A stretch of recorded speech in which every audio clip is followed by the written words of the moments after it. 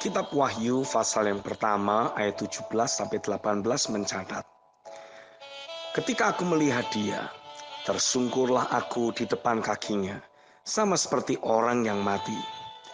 Tetapi ia meletakkan tangan kanannya di atasku lalu berkata, 'Jangan takut, aku adalah yang awal dan yang akhir dan yang hidup. Aku telah mati, namun lihatlah, aku hidup sampai selama-lamanya. Dan aku memegang segala kunci maut dan kerajaan maut.'" Dalam terjemahan sederhana Indonesia, ayat yang sama dituliskan sebagai berikut. "Ketika saya melihatnya, saya langsung tersungkur di hadapannya, dan saya merasa seluruh kekuatan saya hilang, seperti mati mendadak. Lalu dia meletakkan tangan kanannya pada saya dan berkata, 'Jangan takut, akulah yang selalu ada, baik sebelum awal mula penciptaan, maupun sesudah semua ciptaan hilang lenyap. Akulah sumber kehidupan. Biarpun aku pernah mati, tetapi lihatlah, aku hidup sekarang dan hidup sampai selama-lamanya. Aku memegang kunci kerajaan maut. Jadi, aku berkuasa penuh untuk menentukan kapan setiap orang mati. Dan aku juga berkuasa menghidupkan kembali manusia yang sudah mati." Hingga sejauh ini, kebanyakan orang Kristen hanya mengenal akan keberadaan Yesus seperti yang ditulis dalam kitab-kitab Injil.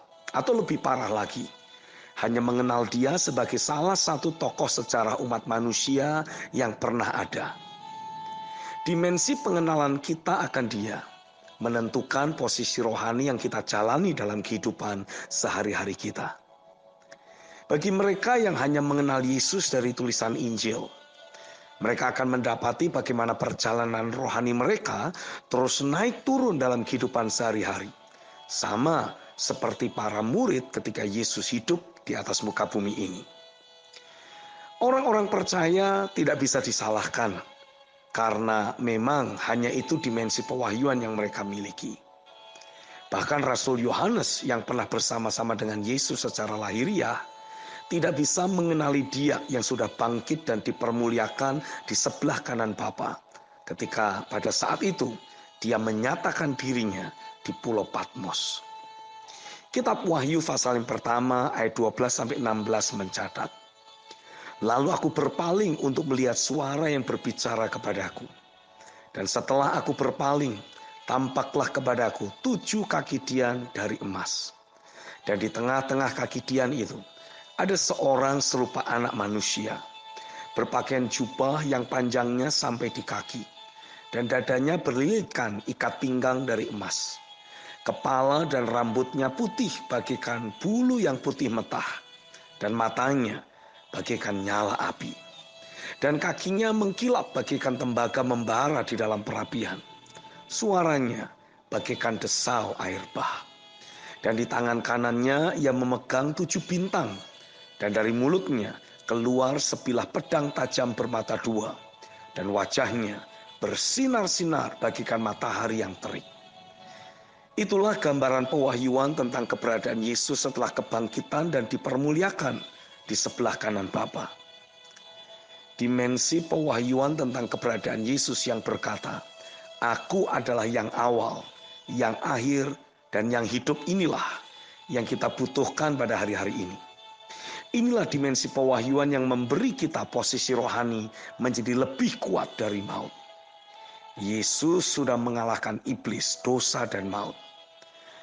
Dengan Roh Kudus membawa kita untuk melihat dia dan diubahkan menjadi sama seperti dia.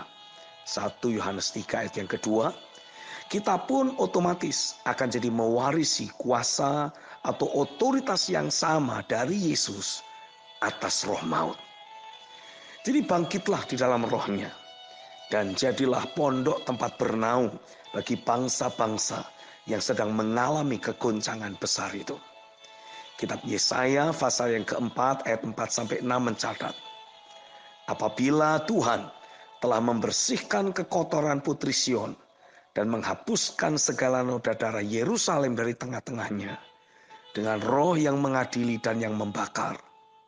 Maka Tuhan akan menjadikan di atas seluruh wilayah Gunung Sion dan di atas setiap pertemuan yang diadakan di situ segumpal awan pada waktu siang dan segumpal asap serta sinar api yang menyala-nyala pada waktu malam. Sebab di atas semuanya itu akan ada kemuliaan Tuhan sebagai tudung dan sebagai pondok tempat bernaung. Pada waktu siang terhadap panas terik dan sebagai perlindungan dan persembunyian terhadap angin ribut dan hujan. Amin.